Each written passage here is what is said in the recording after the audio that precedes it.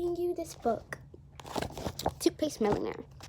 Okay, you're only going to read to chapter 1, so I'm first going to read this. Honey? No.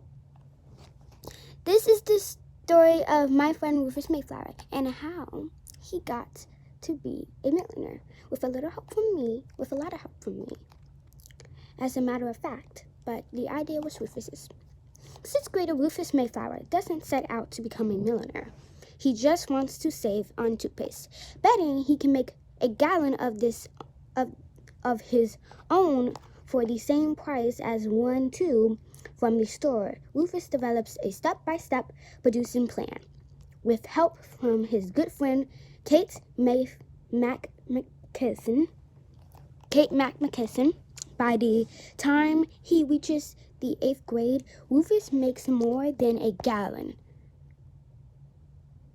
He makes $1 million. The person telling the story is Kate. This is Kate, and this is Rufus. So this is Kate, this is Rufus, and she is telling the story. Okay. This is the front cover. The Toothpaste Millionaire. Okay.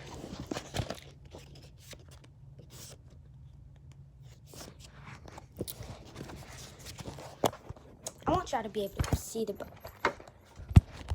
So, okay, let's see. My friend Rufus.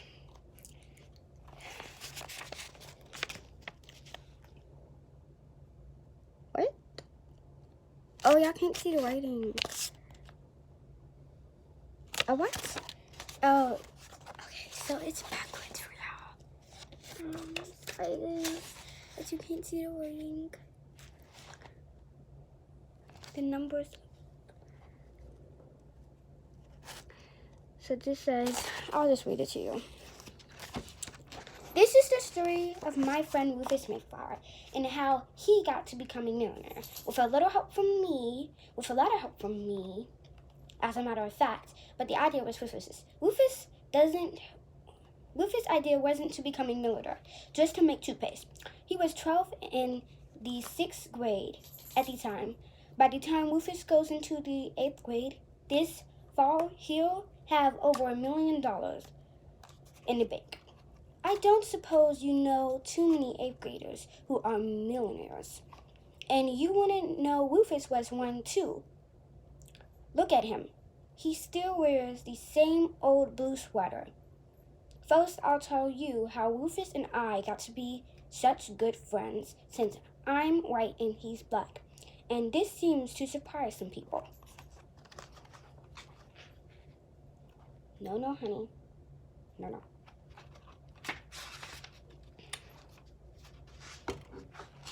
Now, don't look at me with that face. Fine, you can come up here.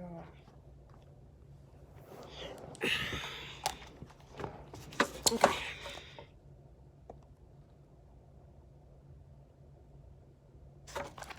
Golly, you cat.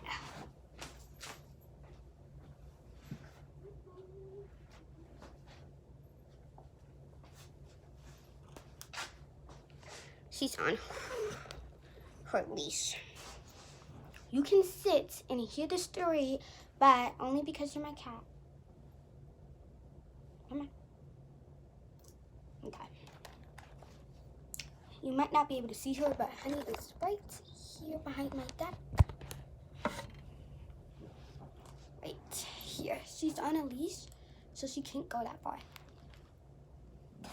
And she won't be running up the stairs because she knows how to get up on the stairs. Okay. 2 years ago, the companion my father works for moved to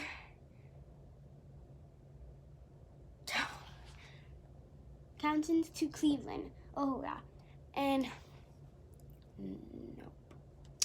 This cat is seriously trying to eat my book. Honey, you might have to go up there with them. You're trying to eat my book. gonna take a paintbrush to hold my page, guys, and I will be right to the street in just a minute. You might see a little bit of a face because he's gonna be right here.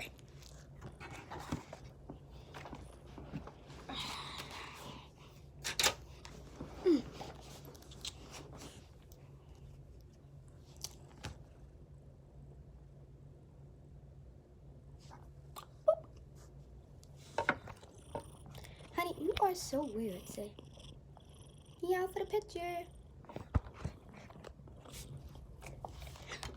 Okay, back to our book. I forgot where we were. So, there wasn't anybody to hang around with, but my brother James, and he isn't interesting in anything but model cars. If you've ever had a brother who's crazy about model cars, you know his own convince isn't very interesting. You can't even understand. It is all about camshafts and gear, weightings and wraps. I know that if you want to make friends, you have to be friendly. And I tried. There were 2 girls about my age, Kim and Josie, who lived in the house next door. And I thought it would be easy to make friends with them. One afternoon, I saw them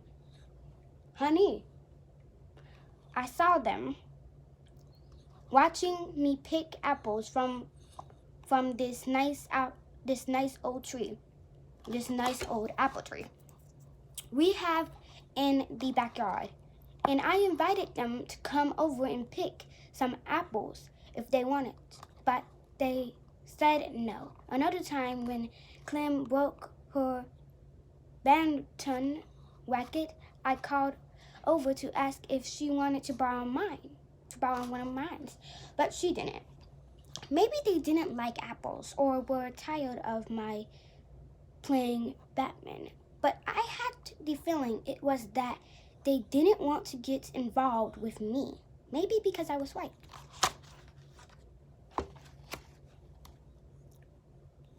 This book is weird because white people don't want to get involved with us.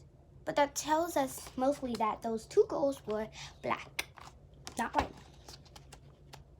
Black.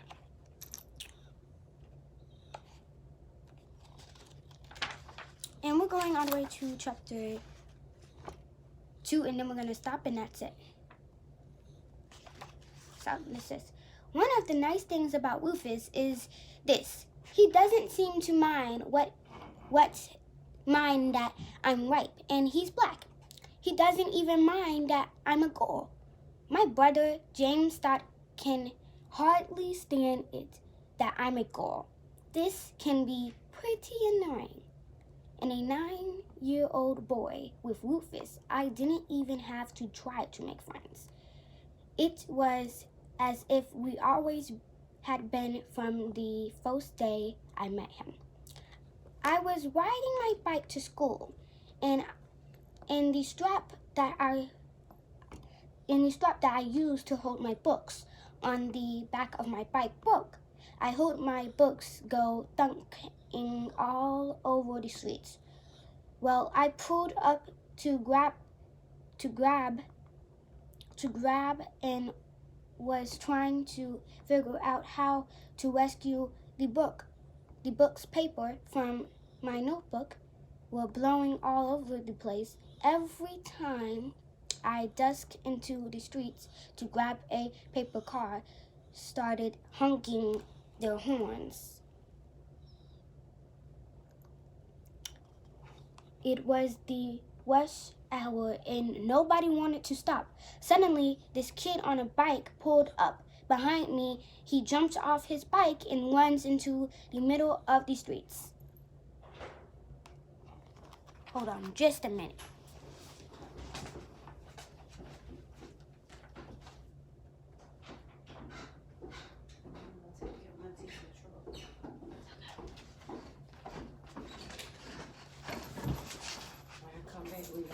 Toothpaste that you're out with. Okay.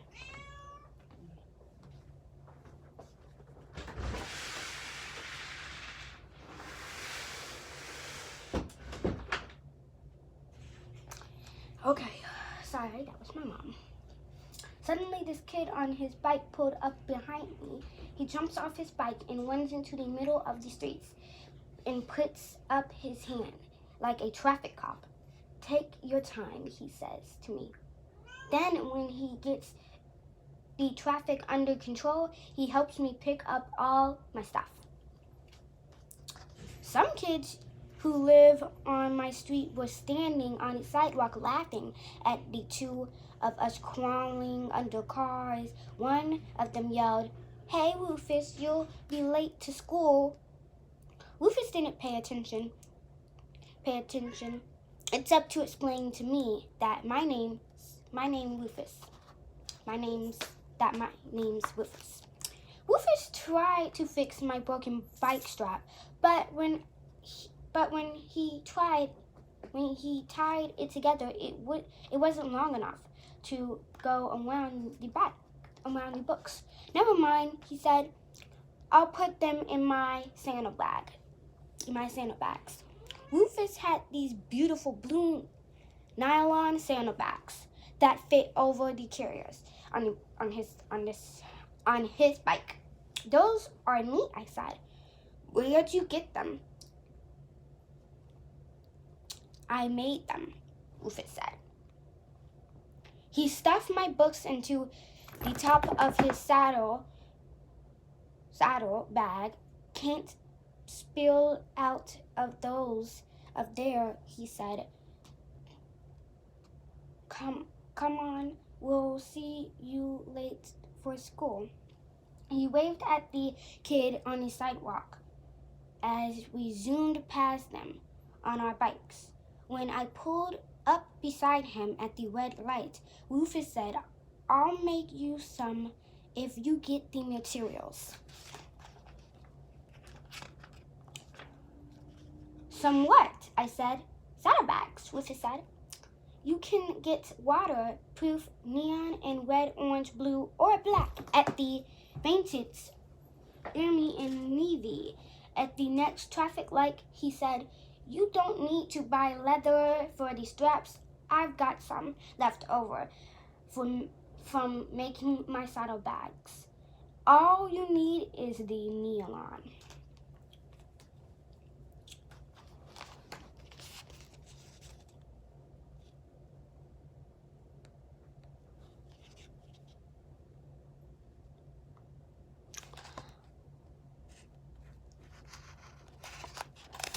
Okay, guys, this says, "All you need is the nylon." And then this is the picture. The next one is chapter 2, guys. So that means we're stopping there. Bye, and I'll see you Friday. I usually post videos like Monday or Tuesday and Wednesday or Friday, Saturday, or Thursday, whenever I have time. But I think we're going to be reading the next book tomorrow. And I hope to see you again. Bye, guys. Love you.